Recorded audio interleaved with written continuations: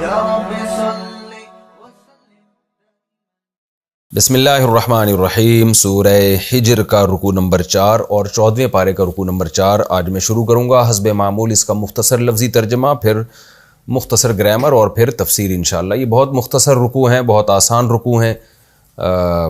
ان میں ہم انشاءاللہ تھوڑا تیز رفتاری کے ساتھ چلیں گے. آپ کو بھی اندازہ ہوگا ان رکوع میں کہ بہت آسان ہے، ان میں کوئی زیادہ پیچیدہ مسائل نہیں ہیں. بسم اللہ الرحمن الرحیم. ان المتقین فی جنات وعیون، بے شک پرہیزگار لوگ باغات میں ہوں گے اور چشموں میں ہوں گے. ابھی آپ نے دیکھا کہ یہ الفاظ مکرر آ رہے ہیں، اب ان کو الگ الگ الفاظ کو اس کی ایکسپلین کرنے کی ضرورت نہیں ہے. ادخلوہا، کہا جائے گا ان سے کہ داخل ہو جاؤ اس جنت، ان باغات میں، بسلام، سلامتی کے ساتھ، آمینین، امن کے ساتھ. سلامتی کا مطلب یہ ہے کہ اب بھی تم پر کوئی تکلیف دہ چیز نہیں ہوگی، یعنی تمام قسم کی تکلیف دہ چیزوں سے تم محفوظ. اور آمینین کا مطلب امن میں، بے خوف ہو، یعنی خوف ہمیشہ مستقبل کی چیزوں سے ہوتا ہے. یعنی فی الحال بھی تم تکلیف دہ چیزوں سے محفوظ ہو اور فیوچر کا بھی اب تمہیں کوئی غم نہیں ہے، مستقبل بھی تمہارا محفوظ ہے. وَنَزَعْنَا مَا فِي صُدُورِهِمْ، نزع ينزع کا معنی کھینچ لینا، جیسے 30ویں پارے میں تھا نا، وَالنَّازِعَاتِ غَرْقًا، قسم ہے ان فرشتوں کی جو اندر گھس کے غرق ہو کے روح کو کھینچ کے نکالتے ہیں. تو وَنَزَعْنَا، ہم کھینچ کے نکال دیں گے، مَا فِي صُدُورِهِمْ، وہ چیز جو ان کے سینوں میں تھی. صدر سینے کو کہتے ہیں، صدور اس کی جمع. کیا چیز ان کے سینوں میں تھی؟ من غل، غل کہتے ہیں حقد کو، یعنی حقد کا مطلب یہ ہوتا ہے کہ کینہ، نفرت. جو ان کے دلوں میں نفرت تھی، کینہ تھا، وہ ہم نکال کے باہر پھینک دیں گے. اخوانن، یہ بھائی بھائی بنے ہوں گے. بھائی کو کہتے ہیں اخوان، اس کی جمع آتی ہے. اخوانن علی سرر، سریر تخت کو کہتے ہیں، اس کی جمع سرر. یہ تختوں پر ہوں گے، عالی شان تختوں پر ہوں گے، بھائی بھائی بن کر، متقابلین، ایک دوسرے کے سامنے. تقابل کا مطلب ہوتا ہے ایک دوسرے کے مقابلے میں، یعنی ایک دوسرے کے آمنے سامنے بیٹھے ہوں گے تختوں پہ، جیسے گپ شپ لگاتے وقت ماحول ہوتا ہے. لا یمسہم فیہا نصب، مس یمس، وہی نہیں چھوئے گی وہاں ان کو کوئی تھکاوٹ، نصب تھکاوٹ کو، تکلیف کو، کوئی تکلیف ان کو، یعنی کوئی تھکاوٹ ان کو نہیں پہنچے گی. وما ہم منہا، اور نہیں ہوں گے یہ لوگ، منہا اس جنت سے، بمخرجین، باتاکید کے لیے، مخرج نکالے جانے والے، مخرجین اس کی جمع، نہ یہ جنت سے کبھی نکالے جائیں گے. نبی عبادی، خبر دے دیں میرے بندوں کو. نبأ ینبئ کئی بار آ چکا ہے، یعنی النبأ العظیم تھا نا 30ویں پارے میں. نبی، خبر دے دیں آپ، عبادی، میرے بندوں کو. کیا خبر دے دیں؟ انی، کہ بے شک میں الغفور، معاف کرنے والا بھی ہوں، الرحیم، اور رحم کرنے والا بھی ہوں. وَأَنَّ عَذَابِي، اور یہ بھی خبر دے دیں کہ بے شک میرا عذاب، هُوَ الْعَذَابُ الْأَلِيمُ، وہ دردناک عذاب ہے. وَنَبِّئْهُمْ، اور آپ ان کو خبر دیں، نبئہم، ان کو خبر دیں، عن ضیف ابراہیم، ابراہیم کے مہمانوں کے بارے میں. اذ دخلوا علیہ، جب وہ مہمان ابراہیم کے پاس آئے، فقالوا سلاما، تو کہنے لگے سلامن. یہ شارٹ ہے السلام علیکم کا، یعنی سلام، انہوں نے سلامتی کہی. کیا مطلب؟ السلام علیکم کہا، ابراہیم علیہ السلام پر سلام کیا. قال انا منکم وجلون، ابراہیم علیہ السلام نے جواب میں کہا، انا اصل میں تھا اننا، بے شک ہم آپ سے، وجلون، وجل یوجلو کا معنی ہوتا ہے گھبرانا، کسی کو دیکھ کے خوف زدہ ہونا. وجل یہ صیغہ صفت ہے، گھبرانے والے شخص کو کہا جاتا ہے. وجلون اس کی جمع، کہ ہم آپ کو دیکھ کر خوف زدہ ہو رہے ہیں، یعنی آپ تو سلام کرو لیکن ہم آپ کو دیکھ کے خوف زدہ ہو رہے ہیں. کون لوگ ہو آپ؟ قالوا لا توجل، فرشتوں نے کہا لا توجل، آپ خوف زدہ نہ ہوں. انا، بے شک ہم، نبشروک، آپ کو خوشخبری دیتے ہیں، بغلام علیم، ایک ایسے لڑکے کی. یاد رکھیں عربی میں غلام لڑکے کو کہا جاتا ہے، اس کو نہیں کہا جاتا جس کو اردو میں غلام کہا جاتا ہے. اردو میں جس کو ہم غلام کہتے ہیں نا، جس کا آقا ہوتا ہے، اس کو عربی میں عبد کہتے ہیں. تو غلام کا معنی عربی میں لڑکا ہے، جس کی جمع غلمان آتی ہے. بغلام علیم، ہم آپ کو خوشخبری سناتے ہیں ایک لڑکے کی، علیم جس کے پاس علم ہوگا، یعنی مراد اسحاق علیہ السلام. قال، ابراہیم علیہ السلام نے فرمایا، ابشرتمونی، کا معنی کیا؟ بشرتم، تم خوشخبری دے رہے ہو، نی مجھے، علی اس بات پر، مسنی کہ چھوئی ہے مجھ کو، چھوا ہے مجھ کو الکبر، بڑھاپے نے، یعنی اس بات پر مجھے تم بشارت دے رہے ہو. بات پر کا مطلب اس بات کے باوجود، اس بات کے ہوتے ہوئے تم مجھے بشارت دے رہے ہو. کون سی بات؟ کہ مجھے بڑھاپے نے چھوا ہے. کبر کہتے ہیں تکبر کو، کبر کہتے ہیں عمر میں اضافے کو. تو یعنی بڑھاپا مجھے چھو رہا ہے اور تم مجھے اس بڑھاپے کے باوجود خوشخبری سناتے ہو. فَبِمَا تُبَشِّرُونَ، اصل میں تھا فَبِمَا، تو بھلا کون سی چیز ہے تبشرون کہ تم بشارت دے رہے ہو اس کی. یعنی گویا کہ ابراہیم علیہ السلام نے تعجب سے کہا نا کہ فَبِمَا تُبَشِّرُونَ، تو کون سی چیز کی بشارت دے رہے ہو بھائی تم، اس بڑھاپے میں کس طرح کی مجھے خوشخبری سنا رہے ہو. تو یہ جملہ اس وقت کہا جاتا ہے جب کوئی تعجب ہوتا ہے. قالوا، فرشتے کہنے لگے، بشرناک، ہم آپ کو خوشخبری سناتے ہیں، بالحق، کی حق کے ساتھ، یعنی ہم بالکل صحیح خوشخبری دے رہے ہیں آپ کو. فلا تکن، پس آپ نہ ہو جائیے، من القانتین، نا امید ہونے والوں میں سے. قنوت کہتے ہیں نا امیدی کو، قانت نا امید ہونے والا، قانتین اس کی جمع آتی ہے. قال، تو ابراہیم علیہ السلام نے کہا، جیسے قرآن میں آتا ہے نا لا تقنطوا من رحمت اللہ، اللہ کی رحمت سے نا امید مت ہو. قال، ابراہیم نے جواب میں کہا، ومن یقنط، اور کون بھلا نا امید ہوتا ہے، من رحمت ربہ، اپنے رب کی رحمت سے، الا الضالون، سوائے گمراہوں کے. گمراہ لوگ ہی اللہ کی رحمت سے نا امید ہوتے ہیں. قال، تو فرشتوں نے پھر ابراہیم علیہ السلام نے پوچھا، فما خطبکم، تمہاری حالت کیا ہے. خطب کہتے ہیں حالت کو. ما خطبکم، یعنی تمہاری اصل حالت کیا ہے، اصل کنڈیشن کیا ہے. ایھا المرسلون، اے وہ لوگوں جن کو بھیجا گیا، یعنی اللہ کی طرف سے جو فرشتے میرے پاس آئے ہیں، جن کو اللہ نے بھیجا ہے، تمہاری اصل حالت کیا ہے، یعنی اصل تمہارا کام کیا ہے. خطب جو ہے نا، اصل کا اس کا لفظی ترجمہ تو ہوتا ہے تمہاری حالت کیا ہے، لیکن اس سے مفہوم یہ ہوتا ہے کہ تمہارا کام کیا ہے، یعنی تم اس وقت کس کام کو دے کے بھیجے گئے ہو. جیسے کوئی مہمان آپ کے گھر آئے، آپ کہتے ہیں ما خطبکم، کیا چاہتے ہو تم، یعنی تم اس وقت کس کنڈیشن میں ہو، یعنی مجھ سے کیا مطالبہ ہے تمہارا. تو ان تمام معنی میں استعمال ہوتا ہے. قالوا، وہ جواب میں کہنے لگے، انا، بے شک ہم، ارسلنا، بھیجے گئے ہیں، الی قوم مجرمین، ایک مجرم قوم کی طرف، یعنی بھیجے گئے ہیں عذاب کے ساتھ. الا آل لوط، سوائے لوط کی قوم، لوط کی آل، لوط علیہ السلام کی آل، یعنی ان کی طرف ہم نہیں بھیجے گئے، یعنی ان کو عذاب دینے کے لیے نہیں بھیجے گئے.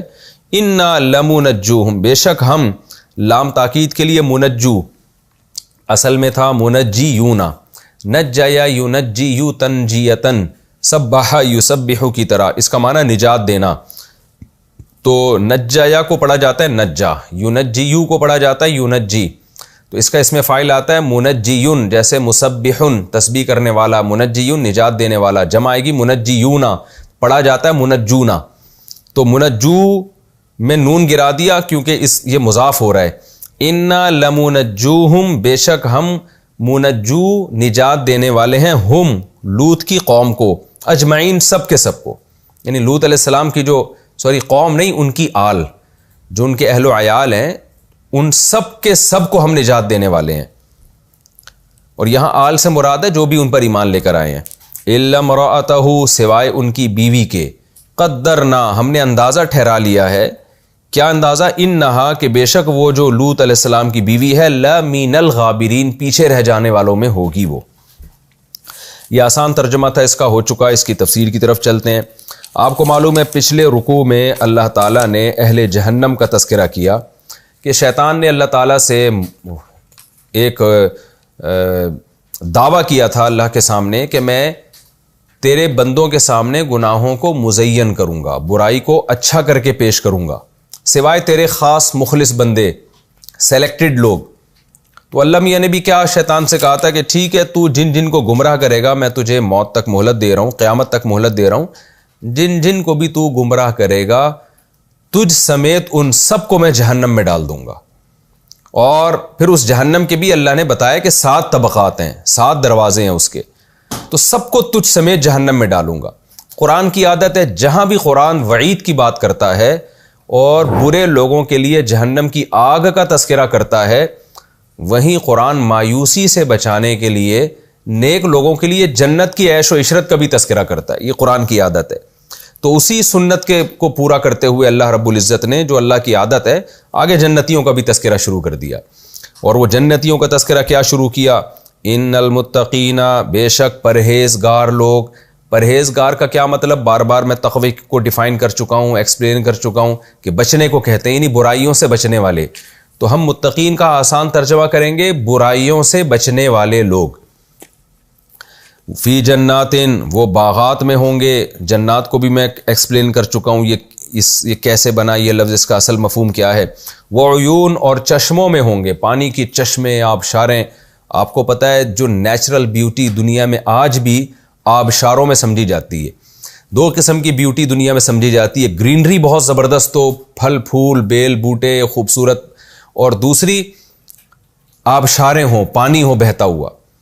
دنیا میں بہت سے ایسے مقامات ہیں جہاں خوبصورتی بہت ہے گرینری کی وجہ سے. جیسے آپ مری کی طرف چلے جائیں تو آپ کو بہت زیادہ وہاں گرینری نظر آئے گی، مگر آبشاریں اور چشمے بہتے ہوئے نظر نہیں آئیں گے.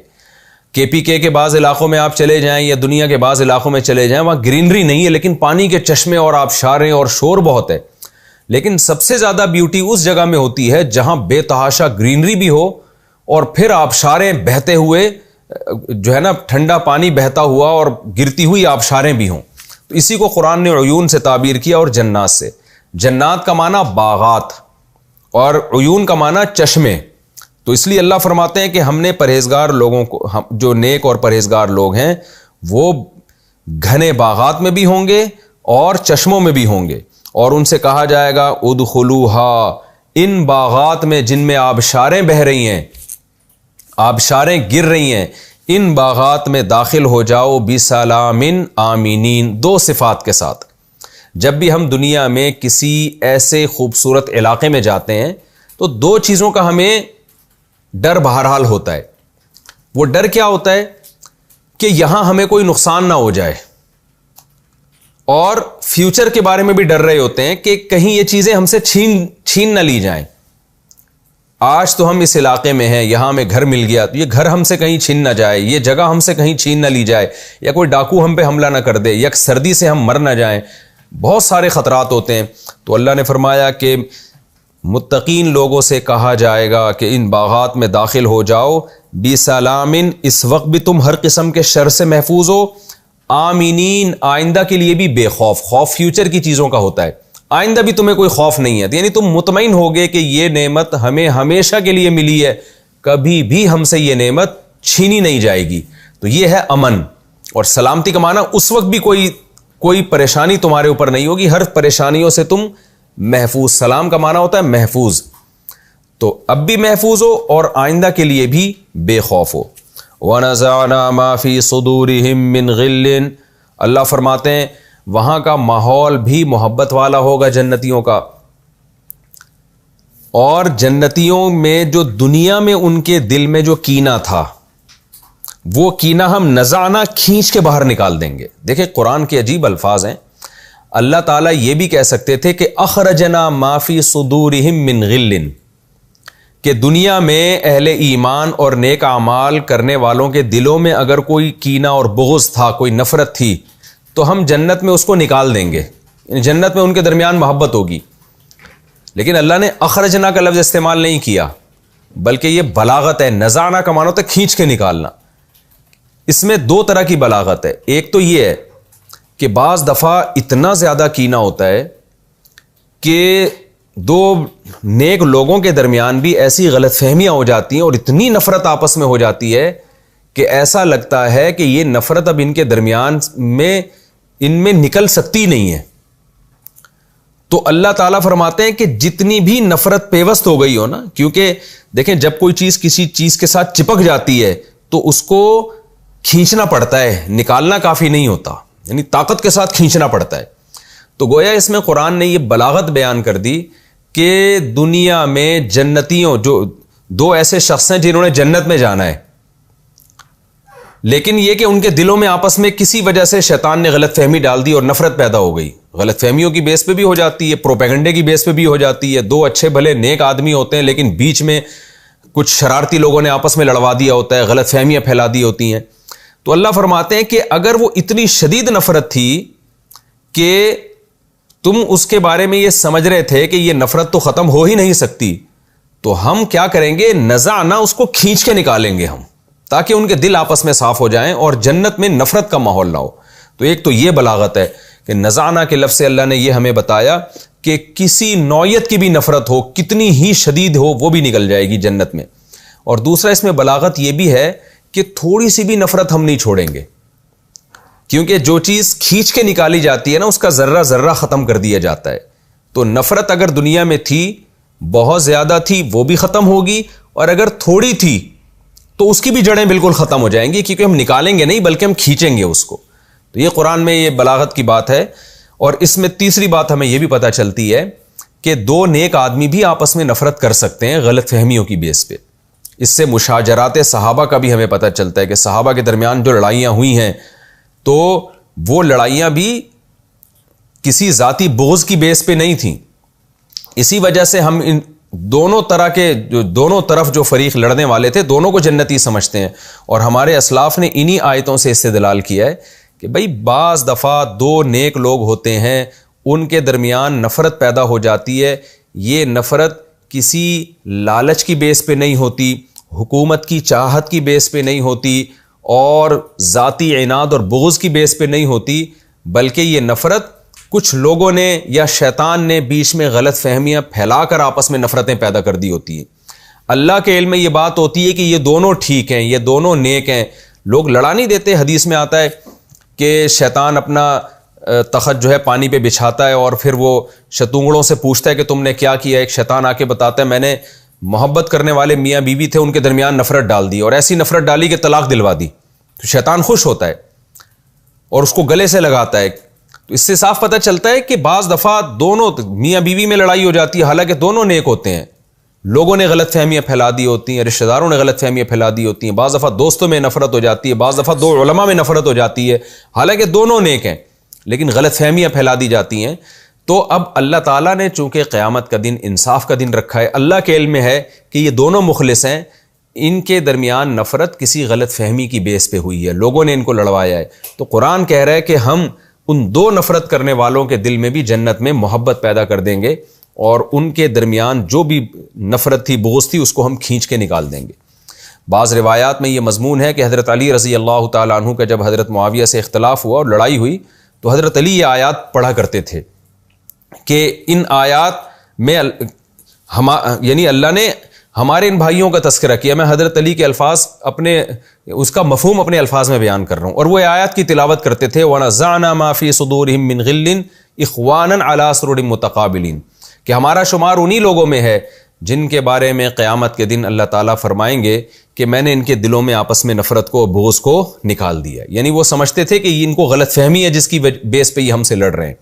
تو اس لیے حضرت علی رضی اللہ تعالیٰ عنہ نے کبھی بھی اپنے مخالف لڑنے والے صحابہ کو معاذ اللہ نقل کفر، گمراہ یا جہنمی قرار نہیں دیا، بلکہ حضرت علی ان کے بارے میں یہ فتویٰ دیا کرتے تھے کہ یہ وہ لوگ ہیں جن سے غلط فہمی ہوئی ہے، جن کو غلط گائیڈ کیا گیا ہے، اور ہم اس لیے لڑ رہے ہیں کیونکہ اللہ کا حکم ہے کہ جو بھی فریق جو خلیفہ وقت کی نافرمانی کرے گا تو اس کے خلاف لڑائی فرض ہے۔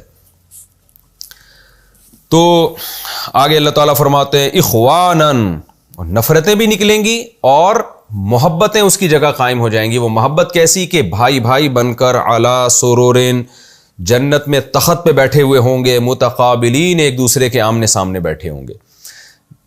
جیسے جو شاہی رواج ہوا کرتا تھا اس زمانے میں، قرآن مثالیں وہی دیتا ہے جو آسانی سے سمجھ میں آتی ہیں۔ پہلے زمانے میں لوگ بڑے بڑے تخت لگا کے، بادشاہ لوگ اونچے اونچے قالینوں پہ بیٹھا کرتے تھے، تختوں پہ بیٹھا کرتے تھے۔ آج بھی آپ نے دیکھا ہوگا کہ آپ جب آبادی سے باہر نکلتے ہیں تو ہوٹلوں نے بڑے بڑے تخت لگائے ہوئے ہوتے ہیں گاؤ تکیے کا۔ تو وہ جو نیچرل انداز ہے نا بیٹھنے کا، آج بھی انسان کو زیادہ سکون اسی میں ملتا ہے، میز کرسیوں کے بجائے اس میں انسان کو آج بھی زیادہ سکون ملتا ہے۔ تو اللہ نے جنت میں اسی کا تذکرہ کیا، فرمایا لا یمسہم فیہا نصب، ان کو نہ اس جنت میں کوئی تھکاوٹ، مصیبت پہنچے گی، وما ہم منہا بمخرجین، اور کبھی بھی اس سے نکالے نہیں جائیں گے۔ یہ سب سے بڑی نعمت، ہمیشہ اس میں رہیں گے۔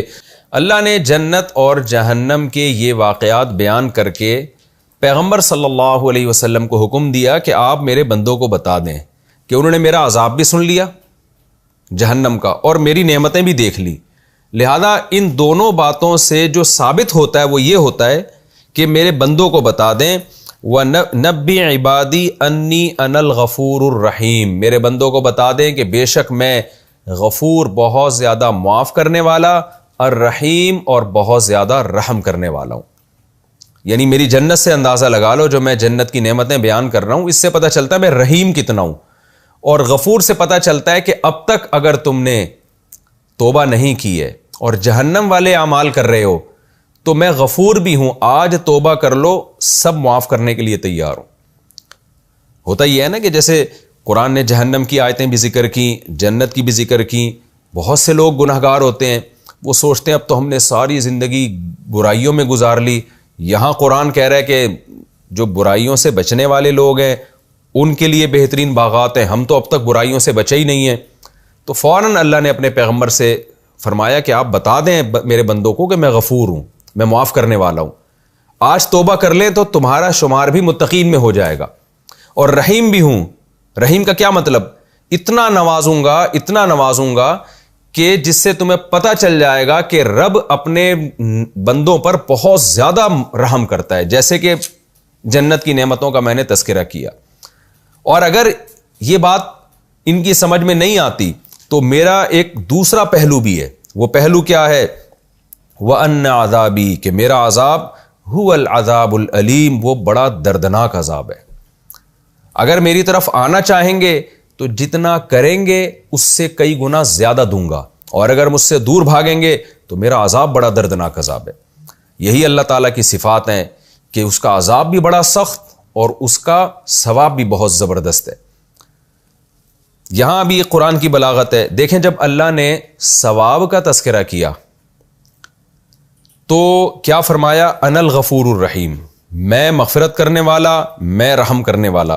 اس کا تقاضا یہ تھا کہ جب عذاب کا تذکرہ آتا تو پھر یوں ہوتی آیت کہ انا المعذب المولم، کہ میں عذاب بھی بہت سخت دیتا ہوں، میں معاف بھی بہت کرتا ہوں، رحم بھی بہت کرتا ہوں، اور میں عذاب دینے والا بھی ہوں۔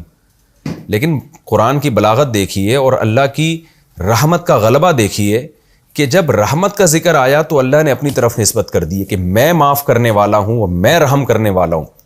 لیکن جب عذاب کا تذکرہ آیا تو یہ نہیں کہا کہ میں دردناک عذاب دینے والا، بلکہ کہا میرا عذاب دردناک ہے، یعنی میں ہوں نہیں عذاب دینے والا، دیتا ہوں تو بہت سخت دیتا ہوں۔ یعنی صفت تو میری یہی ہے کہ میں بندوں پر رحم بھی کرتا ہوں، معاف بھی کرتا ہوں، یہ تو میری صفت ہے، میری عادت ہے۔ تو یہ نہیں کہا کہ یوں اللہ تعالیٰ فرماتے نا کہ نبی عبادی ان رحمتی کبیرتن، میرے بندوں کو کہہ دیجئے کہ میری رحمت بھی بہت بڑی اور میرا عذاب بھی بہت بڑا۔ تو دونوں آیتیں ایک جیسی ہو جاتی۔ یا اللہ اس کے برعکس یوں فرما دیتے کہ میرے بندوں سے کہہ دیجئے کہ میں مغفرت کرنے والا بھی ہوں، رحم کرنے والا بھی ہوں اور عذاب دینے والا بھی ہوں، تو بھی دونوں آیتیں سیم ہو جاتی۔ لیکن جہاں مغفرت اور رحمت کی بات آئی آیت کا انداز کچھ اور ہے، جہاں عذاب کی بات آئی تو انداز کچھ اور ہے۔ جب مغفرت اور رحمت کی بات آئی تو میں یوں کرتا ہوں، عذاب کی بات آئی تو میں عذاب دیتا ہوں، یوں نہیں کہا، بلکہ میرا عذاب دردناک ہے۔ تو علماء نے اس میں بھی بلاغت کا ایک نقطہ ذکر کیا ہے کہ اللہ اس عذاب کی نسبت اپنی طرف کرنے کو پسند نہیں کر رہا کہ میں عذاب دینے والا ہوں، بلکہ گویا کہ ایک عارضہ ہے جس کی وجہ سے مجھے عذاب دینا پڑ جاتا ہے، تو پھر وہ بڑا سخت عذاب ہوتا ہے۔ لیکن رحمت کی نسبت اللہ نے اپنی طرف کی، تو اس سے اسی حدیث کی تائید ہوتی ہے جس میں آتا ہے سبقت رحمتی علی غضبی۔ تو اللہ تعالیٰ نے یعنی دو طرح کے واقعات بیان کیے نا، جہنم بھی اور جنت بھی، ان کا تعلق ہے آخرت سے۔ تو آخرت میں جو جنت ملے گی اور جہنم ملے گی اس سے بھی یہ ثابت کیا کہ میرا عذاب بھی بڑا سخت اور میں غفور الرحیم بھی ہوں۔ اگلی آیتوں میں اللہ تعالیٰ دنیا کے دو واقعات بیان کرتے ہیں، اس سے بھی یہ ثابت ہوگا کہ نبی عبادی انی انا الغفور الرحیم، کہ واقعی میں بڑا غفور الرحیم ہوں۔ کہ جیسے ابراہیم علیہ السلام کو ابراہیم علیہ السلام نے کچھ قربانیاں دیں، ان کو بڑھاپے میں اللہ نے اولاد عطا فرمائی، بیٹا عطا فرمایا جو پیغمبر، اور بیٹے کا بیٹا بھی پیغمبر۔ تو یہ اللہ کی رحمت کا ایک اظہار ہے۔ اور آگے پھر اللہ لوط علیہ السلام کا واقعہ بیان کریں گے کہ وہ لڑکوں سے بدفعلی کرتی تھی، اس قوم کو کیسے اللہ نے تباہ و برباد کیا۔ اس سے بھی ثابت ہو جائے گا کہ ان عذابی هو العذاب العلیم، کہ میرا عذاب بہت دردناک ہے۔ تو یہ ربط آپ کی سمجھ میں آ گیا ہوگا کہ دو واقعات آخرت سے متعلق، جنت اور جہنم، جس سے پتہ چلتا ہے کہ اللہ کا عذاب دردناک اور اللہ غفور الرحیم ہے، اور دو واقعات دنیا میں، یعنی صرف آخرت میں نہیں، دنیا میں بھی بعض دفعہ ایسا ہو جاتا ہے کہ جو اچھا عمل کرتا ہے اللہ اسے بہت زیادہ دنیا میں نوازتے ہیں، جیسے ابراہیم علیہ السلام، اور جو برا عمل کرتا ہے بہت سخت سزا ملتی ہے، جیسے لوط علیہ السلام کی قوم۔ آگے اللہ تعالیٰ فرماتے ہیں نبی عبادی انی انا الغفور الرحیم، میرے بندوں کو بتا دیں کہ میں غفور الرحیم ہوں، وان عذابی هو العذاب العلیم، اور میرا عذاب بڑا دردناک عذاب ہے، ونبئہم، اور ان کو یہ بھی خبر دے دیجیے، عن ضیف ابراہیم، ابراہیم علیہ السلام کے مہمانوں کے بارے میں۔ ضیف مہمان کو ضیوف اس کی جمع آتی ہے، کہتے ہیں نا ضیافت کی آج فلاں نے ہماری۔ اذ دخلوا علیہ، جب وہ مہمان ابراہیم کے پاس آئے، فقالوا سلاما، سلام کرنے لگے، قال انا منکم وجلون، ابراہیم علیہ السلام گھبرا گئے، اور قرآن میں دوسری مقام پر آتا ہے ابراہیم علیہ السلام نے بھی سلام کا جواب دیا، لیکن یہاں قرآن نے اس کا تذکرہ نہیں کیا، اس لیے کہ جب ظاہر ہے انہوں نے سلام کیا تو یہ ہو نہیں سکتا کہ پیغمبر سلام کا جواب نہ دیں۔ ابراہیم علیہ السلام کہنے لگے انا منکم وجلون، ہم آپ سے گھبراتے ہیں، خوفزدہ ہوتے ہیں، آپ کون لوگ ہیں؟ دوسرے آیت میں اس کی ڈیٹیل ہے کہ اچانک نہیں گھبرائے، بلکہ ان کے سامنے بھنا ہوا بچڑا رکھا، کھانے کا انتظام کیا، فلما رأى ایدیہم لا تصل الیہم، جب دیکھا کہ وہ بچڑے کی طرف ہاتھ ہی نہیں بڑھا رہے تو پھر ابراہیم علیہ السلام ان سے گھبرانا شروع ہو گئے۔ تو یعنی اس کو کہتے ہیں اندماج، بیچ کے بہت سارے واقعات کو حذف کر کے ٹو دا پوائنٹ بات ذکر کی جا رہی ہے۔ قال انا منکم وجلون، ہم آپ سے گھبراتے ہیں، قالوا لا توجل، وہ کہنے لگے آپ گھبرائیے مت، انا نبشرک بغلام علیم، ہم آپ کو ایک صاحب علم لڑکے کی خوشخبری دینے آئے ہیں، کیونکہ اسحاق علیہ السلام نبی ہوں گے نا، تو ظاہر ہے نبی کے پاس بہت علم ہوتا ہے، تو اس لیے ان کو علیم کہا۔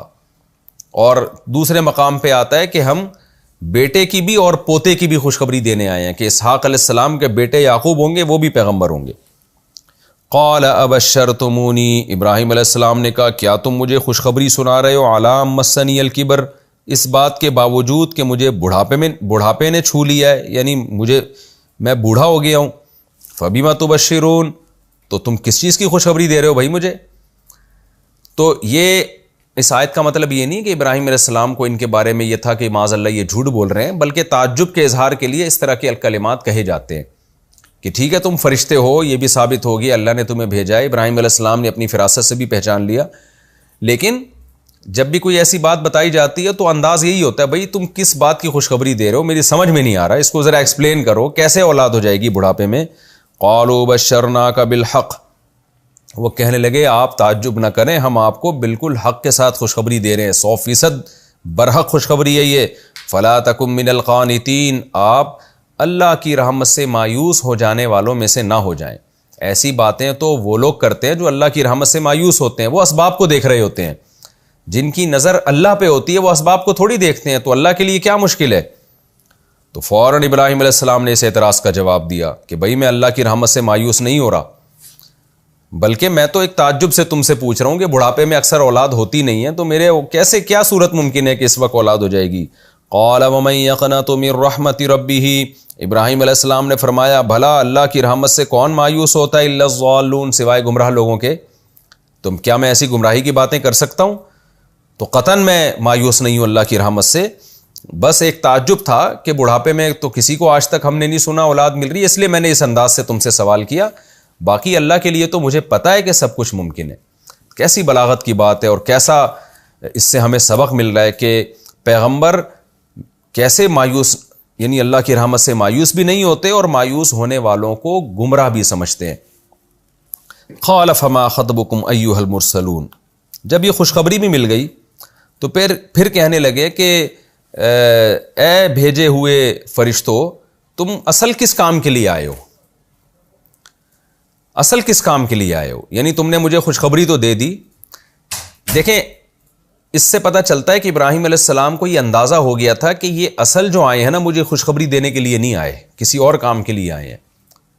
وجہ کیا تھی؟ یہاں علماء نے ایک نقطہ بیان کیا ہے کہ ابراہیم علیہ السلام کو یہ کیسے اندازہ ہو گیا کہ یہ آئے کسی اور کام کے لیے ہیں۔ وہ ایسے اندازہ ہوا کہ عام طور پر خوشخبری دینے کے لیے ایک فرد کو بھیجا جاتا ہے، دنیا میں ہمیشہ سے یہ رواج ہے، عرب میں بھی یہ رواج تھا کہ جب کسی کو خوشخبری دینی ہوتی تو ایک بندہ جاتا تھا اور اللہ کی عادت یہ رہی ہے کہ جب عذاب دینا ہوتا ہے نا تو فرشتوں کی جماعتیں اترتی ہیں اوپر سے. تو ابراہیم علیہ السلام کو کیونکہ وہ 4 یا 5 فرشتے تھے، زیادہ تعداد میں تھے، تو ان کو دیکھ کے اندازہ ہو گیا کہ یہ اصل مجھے خوشخبری دینے کے لیے نہیں آئے ہیں. اگر صرف خوشخبری دینا ہوتی تو اللہ آسمان سے وہی نازل کر دیتا، یہ ایک فرشتے کو بھیج دیتا. تو یہ جو پورا پروسیس ہے، انسانی شکل میں آ رہے ہیں اور پھر میں بچڑا رکھ رہا ہوں، اتنا تکلف ہو رہا ہے، یہ کھانا نہیں کھا رہے، یہ پورا پروسیس یہ کسی اور کام کے لیے لگتا ہے. تو اس لیے ابراہیم علیہ السلام نے پوچھا تمہارا اصل مقصد کیا ہے آنے کا؟ تو پھر انہوں نے بتایا کہ ہم عذاب دینے کے لیے آئے ہیں.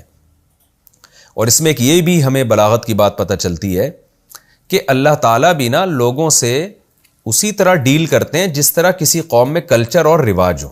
یہاں علماء نے بلاغت کی ایک نقطہ، بڑا پیارا نقطہ ذکر کیا ہے کہ دیکھیں عام طور پر اس زمانے میں دستور یہ تھا کہ خوشخبری کے لیے ایک شخص کو بھیجا جاتا تھا، اور جب کوئی دھمکی دینی ہوتی تھی یا کوئی مصیبت میں ڈالنا ہوتا تو زیادہ افراد جاتے تھے. ورنہ کم از کم اتنا تو رواج پکا ڈھکا تھا کہ خوشخبری کے لیے ایک ہی فرد کو بھیجا جاتا ہے.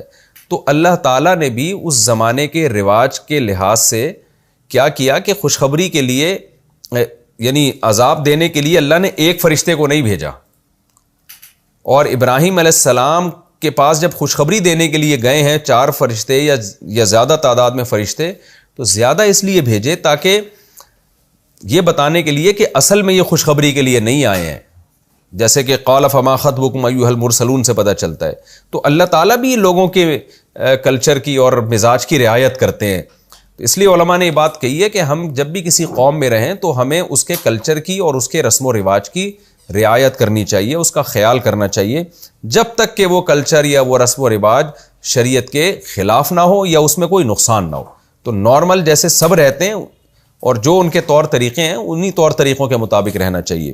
یہی وجہ ہے کہ حدیث میں نبی صلی اللہ علیہ وسلم نے شہرت کا لباس پہننے سے منع کیا. شہرت کا لباس یہ کہ ایسا یونیک قسم کا لباس جو آپ نے ہی پہنا ہوا ہو، دنیا میں اور کوئی نہ پہن رہا ہو اس کو، تو آپ دیکھنے میں ایک عجیب سے لگے اس میں، یا آپ اپنے آپ کو بہت زیادہ مشہور کرنا چاہتے ہیں وہ لباس پہن کے. تو ابراہیم علیہ السلام نے فرمایا تم اصل کس کام کے لیے آئے ہو؟ قالوا انا ارسلنا الی قوم مجرمین، ہم بھیجے گئے ایک مجرم قوم کی طرف. یہ تو درمیان میں ہم نے کہا چلو آپ کو خوشخبری دیتے ہوئے چلتے ہیں، اصل تو ہم ایک مجرم قوم کی طرف بھیجے گئے ہیں، یعنی عذاب کے لیے. الا آل لوط، سوائے لوط علیہ السلام کی آل کے. آل سے یہاں مراد ہے جو لوط علیہ السلام کے رشتہ دار اور جو ان پر ایمان لانے والے لوگ تھے. رشتہ دار بھی داخل ہیں اس میں اور اہل ایمان بھی داخل ہیں، سوائے ان لوگوں کے. انا لمنجوہم اجمعین، ان سب کے سب کو ہم نجات دے دیں گے، یعنی لوط علیہ السلام اور ان کی آل کو. اب اس سے وہم ہوتا تھا کہ آل میں تو سب سے پہلے بیوی داخل ہوتی ہے، تو فرشتوں نے فوراً استثناء کر دیا الا امرأتہ، سوائے لوط کی بیوی، اس کو ہم نجات نہیں دیں گے. قدرنا، ہم نے اس کے بارے میں اندازہ ٹھہرا لیا ہے، پہلے سے پلان کر لیا ہے. انہا لمن الغابرین، کہ بے شک وہ بھی پیچھے رہ جانے والوں میں سے ہوگی. یعنی جب لوط علیہ السلام کو عذاب سے نکالا جائے گا، بچایا جائے گا، تو ان کی بیوی پیچھے رہ جانے والوں میں سے ہو جائے گی، وہ ان کے ساتھ نہیں بھاگ سکے گی. اور اس کی صورت جو روایات میں آتی ہے یہ بنی کہ لوط علیہ السلام نے حکم دیا تھا جب قوم پہ عذاب آئے گا تو پیچھے مڑ کے نہ دیکھنا.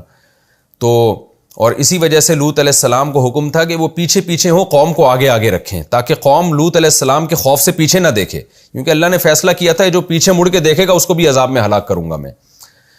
اب اس میں حکمت کیا ہو سکتی ہے؟ شاید یہ حکمت ہو کہ بھئی پیچھے دیکھنا اس کی علامت ہے کہ آپ کو یقین نہیں ہے کہ پتہ نہیں آ بھی رہا ہے کہ عذاب کے نہیں آ رہا. یہ بھی ہوتا ہے نا کہ بعض دفعہ آدمی دیکھتا ہے کہ پیغمبر نے جو بات کہی ہے صحیح بھی ہے یا نہیں ہے، تو اللہ کو اس پہ بھی غصہ کہ جب پیغمبر ایک بات کہہ رہے ہیں تو یقین کر لو کہ عذاب آ رہا ہے، تو پیچھے مڑ کے دیکھنا یہ شک کی علامت ہے، اس لیے اللہ اس کو بھی عذاب میں ہلاک کر دے گا. تو لوط علیہ السلام کی بیوی کو چونکہ ایمان نہیں لائی تھی تو اس نے پیچھے مڑ کے دیکھا کہ پتہ نہیں عذاب آ بھی رہا ہے کہ نہیں آ رہا، تو ایک پتھر اس کے بھی آ کے لگا. اللہ ہم سب کو ایسے عذاب سے محفوظ رکھیں. اور دوسری حکمت یہ بھی تھی کہ جہاں اللہ کا قہر اور غضب نازل ہوتا ہے تو وہاں ابدیت کا تقاضا یہ کہ جلد سے جلد بھاگو، پیچھے مڑ مڑ کے نہ دیکھو. جیسے کہ حدیث میں آتا ہے نا، جب آپ قوم عاد اور قوم سمود کی بستیوں سے گزرتے تو اپنی سواری کو تیز کر لیتے، کیونکہ وہ جگہ ہے جہاں اللہ کا غضب اور قہر نازل ہوا ہے. تو ابدیت اور غلام ہونے کا اور اللہ کی عظمت اور خشیت کا تقاضا یہ ہے کہ اس جگہ سے بھاگیں جلدی سے ہم، کہ کہیں ہم پر بھی عذاب نہ آ جائے. تو یہ بھی حکمت تھی. الا امرأتہ قدرنا انہا لمن الغابرین. لوط علیہ السلام کی بیوی کو کیوں ہلاک کیا گیا؟ اس کی وجہ کہ وہ لوگوں کو لڑکوں سے بدفعلی میں لوگوں کے ساتھ تعاون کیا کرتی تھی، مخبری کر دیا کرتی تھی جا کے۔ یہ ہمارا رکوع کمپلیٹ ہو گیا، اس میں بھی ہمیں علمی اسباق ملتے ہیں، جنت کی نعمتوں کا تذکرہ ملتا ہے۔ تھوڑی دیر کے لیے روزانہ علماء کہتے ہیں کہ 5 منٹ ہمیں نکال کے جہنم کا بھی مراقبہ کرنا چاہیے اور جنت کا بھی مراقبہ کرنا چاہیے۔ یہ دنیا ختم ہونے والی ہے، چند دنوں میں ختم ہو جاتی ہے۔ خوش قسمت ہیں وہ لوگ جو آخرت کی تیاری کریں اور ہمیشہ ہمیشہ کے باغات میں داخل ہو جائیں۔ اور اللہ نے اس رکوع میں ہمیں بتا دیا کہ پرہیزگار لوگوں کو بسا اوقات دنیا میں بھی اجر ملتا ہے، جیسے ابراہیم علیہ السلام کو دنیا میں بھی اجر ملا، کیسی نیک صالح اولادیں اللہ نے آپ کو عطا فرمائی۔ اور گناہگار لوگوں کو دنیا میں بھی عذاب مل جاتا ہے بعض دفعہ، جیسے لوط علیہ السلام کی قوم کو دنیا میں عذاب ملا۔ اور اس سے لڑکوں سے بدفعلی کتنا گندا اور پلید عمل ہے، اس کا بھی ہمیں اسی سے پتہ چلتا ہے۔ یہ رکوع کمپلیٹ ہوا، ہم اگلے رکوع کی طرف چلتے ہیں۔ رکوع نمبر سورہ ہجر کا رکوع نمبر 5 اور 14ویں پارے کا بھی رکوع نمبر 5۔ لفظی ترجمہ کر لیتا ہوں مختصر گرامر کے ساتھ۔ بسم اللہ الرحمن الرحیم۔ فلما جاء آل لوط المرسلون، پس جب آئے لوط علیہ السلام کی آل کے پاس پیغمبر، یہ فرشتے جن کو بھیجا گیا تھا، قال انکم قوم، تو لوط علیہ السلام ان سے کہنے لگے بے شک تم ایسی قوم ہو، منکرون، منکر کا لفظ میں پہلے بھی کئی بار ایکسپلین کر چکا ہوں، اجنبی ہو ہمارے لیے، یعنی جس سے ہمیں خوف آتا ہے، کچھ اچھمبے کی چیز ہو تم لوگ ہمارے لیے۔ قالو، وہ کہنے لگے بل جئناک بما کانوا فیہ یمترون، نہ، بل کا مطلب بلکہ، یعنی اے لوط جو آپ سمجھ رہے ہو ایسا نہیں ہے۔ آپ سمجھ رہے ہو کہ اجنبی لوگ ہیں، تو اکثر اجنبی لوگ جب گھروں میں آتے ہیں تو نقصان پہنچانے کے لیے آتے ہیں، کوئی ڈکیتی کے لیے آتے ہیں، تو ایسا نہیں ہے۔ بل جئناک، بلکہ ہم تو آئے ہیں، بما کانوا، اس چیز کے ساتھ آئے ہیں، کانوا فیہ، جس چیز میں یہ لوگ یمترون، شک کر رہے ہیں۔ مریا شک کو کہتے ہیں، یمتریون تھا اصل میں، مریا سے نکلا ہے، یمترون پڑھا جاتا ہے، جس میں یہ شک کر رہے ہیں، یعنی اس عذاب کو لے کر آئے ہیں جس میں ان کو تردد تھا۔ آپ کے دشمن نہیں ہیں ہم۔ وَأَتَيْنَاكَ بِالْحَقِّ، اور حق کے ساتھ آئے ہیں، یعنی جس عذاب کا ہم کہہ رہے ہیں وہ برحق ہے، وہ ہو کے رہے گا۔ وَإِنَّا لَصَادِقُونَ، اور بے شک ہم سچ کہہ رہے ہیں۔ فَأَسْرِ بِأَهْلِكَ، اسرا یسری، اسران کا معنی رات کو لے کے چلنا۔ اسری بِأَهْلِكَ، آپ اپنے اہل و عیال کو رات کو لے کے چلیں، بِقِطْعٍ مِّنَ اللَّيْلِ، رات کے ایک قطع ٹکڑے میں، رات کے ایک حصے میں اپنے گھر والوں کو لے کے نکل جائیں۔ وَاتَّبِعْ أَدْبَارَهُمْ، اور آپ ان کی پشتوں کے پیچھے چلیں۔ کیا مطلب؟ دبر کہتے ہیں پشت کو، ادبار اس کی جمع، یعنی اپنے اہل و عیال کے کمر کے پیچھے پیچھے آپ چلیں۔ کیا مطلب؟ وہ آگے آگے ہوں گے اور آپ ان کے پیچھے پیچھے جائیں گے۔ وَلَا يَلْتَفِتْ مِنْكُمْ أَحَدٌ، اور تم میں سے کوئی بھی پیچھے مڑ کے نہ دیکھے۔ التفات کا معنی مڑنا۔ وَمْضُوا، مضا یمضی کا معنی جاری رہنا، کہتے ہیں نا ماضی، جو چیز جاری ہو، گزر چکی ہو۔ تو وَمْضُوا اصل میں تھا امضوا، اصل میں تھا امضیو، اضربو کی طرح، تو پھر امضو پڑھا جاتا ہے، الف سائلنٹ ہوا تو ومضو، اور چلتے رہو حیث تؤمرون، ایسے جیسے تمہیں حکم دیا جا رہا ہے، سیدھا سیدھا چلتے چلے جانا ہے آگے، پیچھے مڑ کے نہیں دیکھنا۔ وقضینا الیہ ذلک الامر، اور اللہ فرماتے ہیں ہم نے اس قوم کی طرف فیصلہ کر دیا تھا، ذلک الامر، اس کام کا۔ کون سا کام؟ ان دابر ہؤلاء، کہ یہ جو قوم ہے اس کی جو دابر دبر جڑ کو بھی کہتے ہیں، کہ اس قوم کی جو جڑ ہے مقطوع، کٹ جائے گی، مصبحین، اس حال میں کہ یہ صبح کریں گے، یعنی صبح ہوتے ہی اس قوم کی جڑ ہم کاٹ دیں گے۔ وجاء اہل المدینۃ یستبشرون، اور آئے شہر والے یستبشرون، خوشیاں مناتے ہوئے۔ قال ان ہؤلاء ضیفی، لوط علیہ السلام نے کہا بے شک یہ میرے مہمان ہیں۔ فلا تفضحون، اصل میں تھا تفضحونی، فضیحت سے نکلا ہے، رسوا، تم مجھے رسوا مت کرو۔ واتقوا اللہ، اور اللہ سے ڈرو۔ ولا تخزونی، اور تم مجھے، اخزا کا مطلب بھی رسوا کرنا، تم مجھے رسوا مت کرو۔ قالو، وہ قوم جواب میں کہنے لگی اولم ننہک، نہیں یا ینہا کا معنی ہوتا ہے روکنا، نہیں علی المنکر ہے نا، ننہا کا، کیا ہم نے نہیں روکا آپ کو، عن العالمین، جہان والوں سے، ہم نے تو منع کیا تھا کہ لوگوں کو نہ لے کر آئیں۔ قال ہؤلاء بناتی، لوط علیہ السلام نے کہا یہ میری بیٹیاں ہیں، بنات لڑکیوں کو کہتے ہیں۔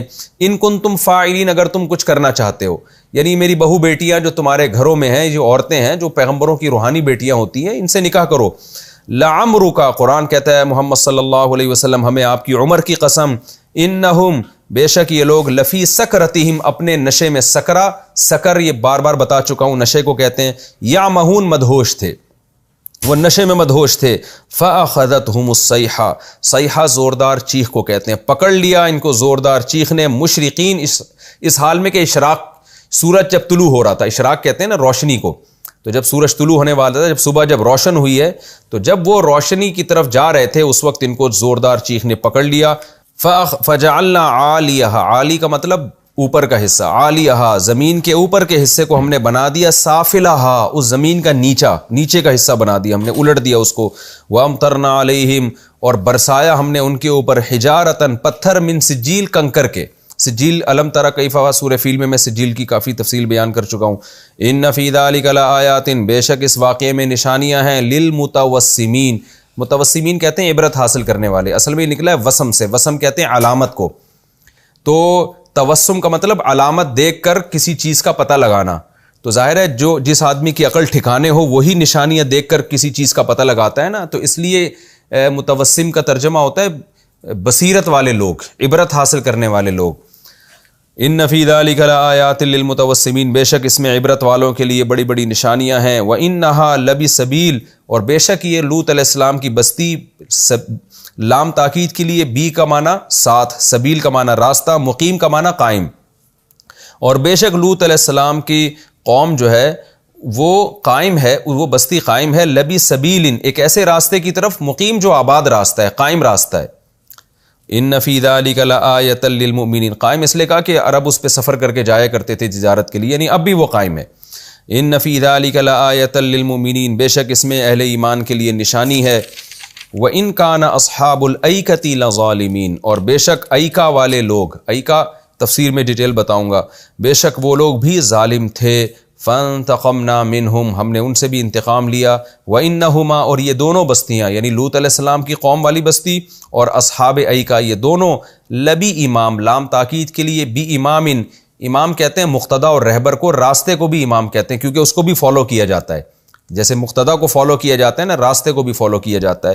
اور یہ دونوں بستیاں ایک ایسے راستے پر ہیں, مبین, جو بالکل واضح ہے, جو آج بھی کلیئر راستہ ہے, تم صبح و شام اس پہ سفر کرتے ہو. یہ ہمارا جی لفظی ترجمہ مکمل ہو گیا. انشاءاللہ اگلے ایپیسوڈ میں میں سورہ ہجر کا رکوع نمبر 5 اور 14ویں پارے کا بھی رکوع نمبر 5, اس کی انشاءاللہ میں تفسیر شروع کروں گا. اللہ تعالی ہمیں سمجھنے کی, عمل کی توفیق عطا فرمائے. وما علینا الا البلاغ.